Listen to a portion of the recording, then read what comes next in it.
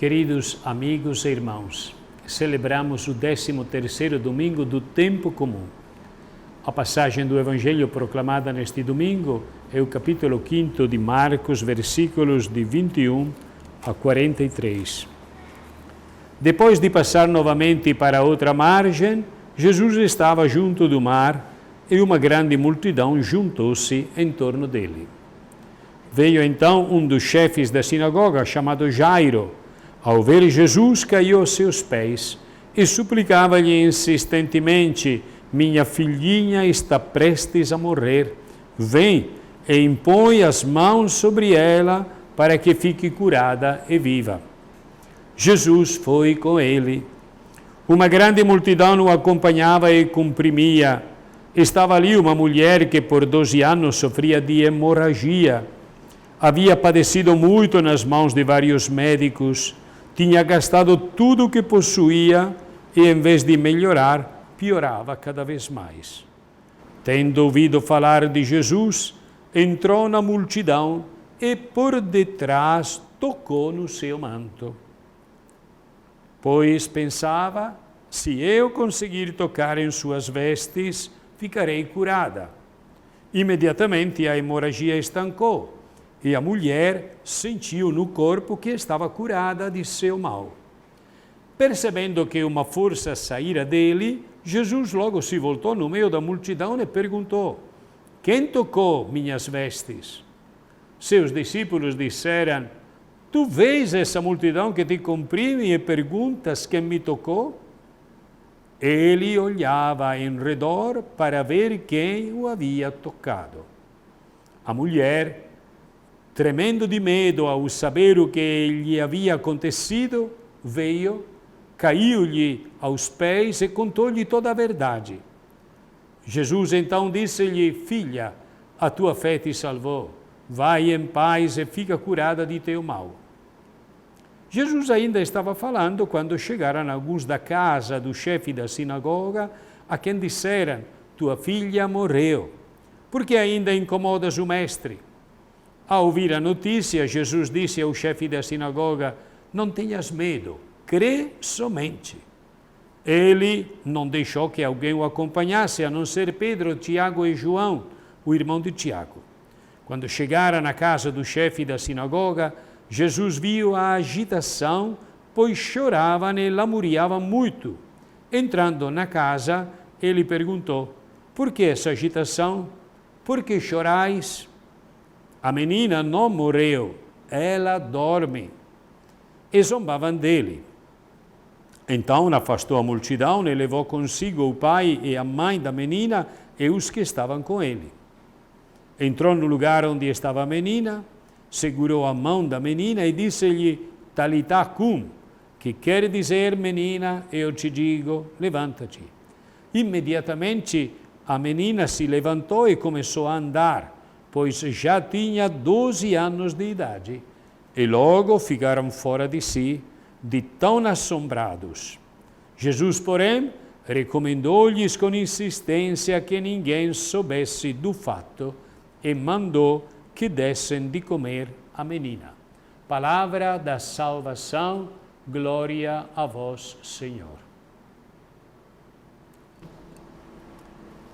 O Evangelho deste 13º domingo do tempo comum narra o episódio de um certo Jairo, um dos chefes da sinagoga, que vai ter com Jesus suplicando que vá à sua casa porque a filha de 12 anos está para morrer. Jesus aceita e vai com ele, mas ao longo do caminho chega a notícia de que a jovem tinha morrido. Podemos imaginar a reação daquele pai. Mas Jesus diz a ele: não temas, crê somente. Quando chega na casa de Jairo, Jesus manda sair as pessoas que choram e entra no quarto só com os pais e os 3 discípulos.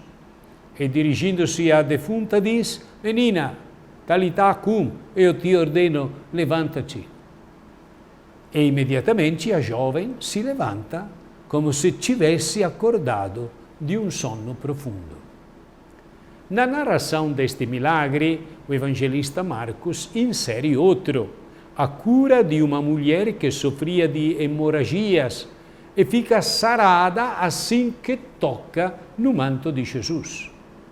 Aqui impressiona o fato de que a fé desta mulher atrai, poderíamos dizer, rouba o poder salvífico divino que há em Cristo, o qual, sentindo que uma força tinha saído dele, procura entender quem era.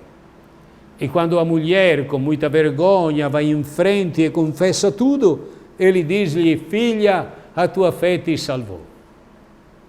Duas narrações interligadas com um único centro, a fé.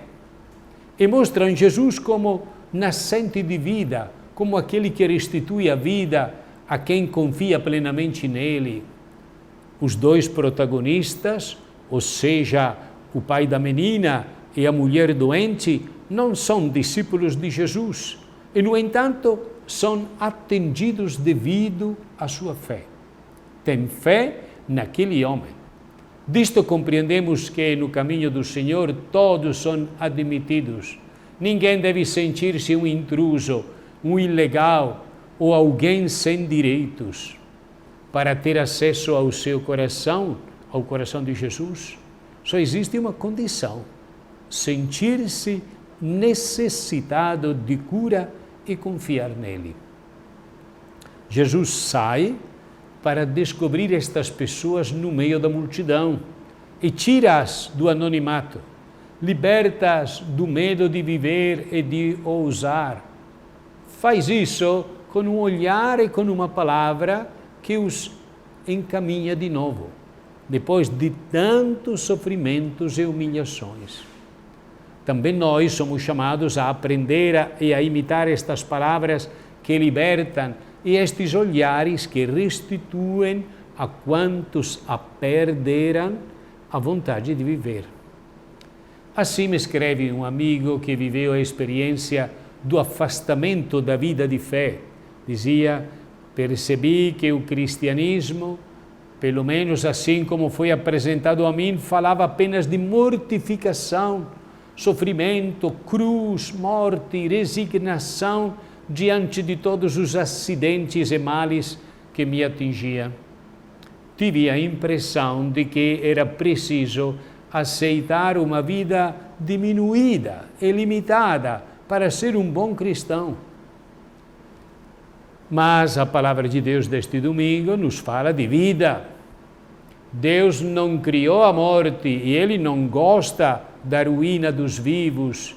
De fato, Ele criou todas as coisas para existirem, diz a primeira leitura. E no Evangelho, Jesus nos dá estes dois sinais concretos do seu amor pela vida: a cura da mulher que sofreu a perda de sangue e a ressurreição da menina. Nesta página evangélica entrelaçam-se os temas da fé e da vida nova que Jesus veio oferecer a todos. Quando entra na casa onde a menina jaz morta, ele manda sair aqueles que se agitam e se lamentam e diz: a menina não morreu, ela dorme. Jesus é o Senhor e diante dele a morte física é como um sono. Não há motivo para desesperar. A morte que devemos recear é outra, a do coração endurecidos pelo mal. Dessa sim devemos ter medo.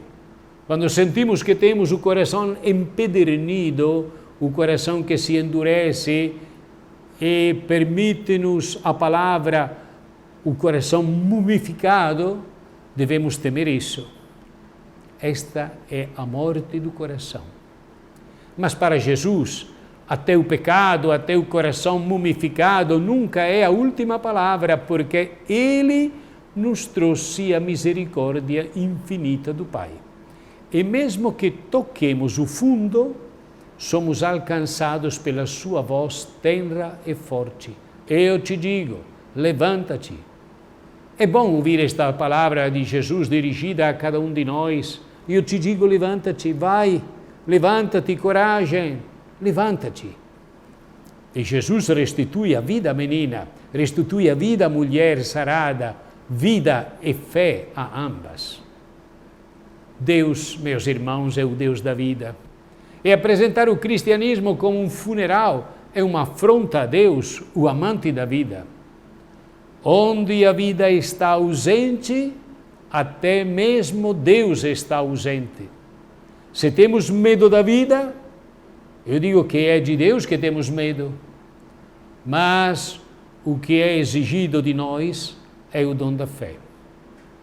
O cristianismo não é apenas moral e devoção, e acima de tudo não é superstição, precisamente de fé, que é comunhão vital com Deus. É disso que precisamos. Só tenha fé, diz Jesus. Devemos continuar a ter fé. O crente não é aquele que acreditou uma vez por todas, mas aquele que renova continuamente a sua fé. Acreditar não é tanto um ato heróico ou excepcional, realizado uma vez por todas. Em vez disso, é uma escolha diária que exige fidelidade, que deve ser renovada todos os dias. Portanto, peçamos com confiança na oração para que possamos sempre ter o dom da fé, uma fé simples, uma fé forte, uma fé convencida, uma fé contagiante. Senhor Jesus, aquele pai que te pede para salvar a sua filha, tem confiança em ti. Tu o segues, mas lhe pedes que continue a confiar em ti, mesmo quando o alertam de que a garota está morta, porque nada é irreparável para ti, e não será certamente a morte a pronunciar a última palavra na terrível luta que travaste com ela. Precisamente por esse motivo tu vieste, Jesus, para arrancar de suas mãos homens e mulheres de todas as idades, de todas as raças e condições. Os sinais que tu ofereces são apenas a antecipação daquilo que acontecerá no final dos tempos, quando, enfim, desaparecerão da face da terra a morte e o seu triste cortejo de penas e sofrimentos, de doenças e desconfortos, de dores e lutos. Naquele dia, Senhor, participaremos de uma plenitude de alegria que nada poderá ameaçar ou pôr em perigo. Mas desde agora tu te aproximas de nós, como a filha de Jairo, nos pegas pela mão, dizes, levanta-te e nos dás força para continuar. Deus abençoe a todos em nome do Pai, e do Filho e do Espírito Santo. Amém.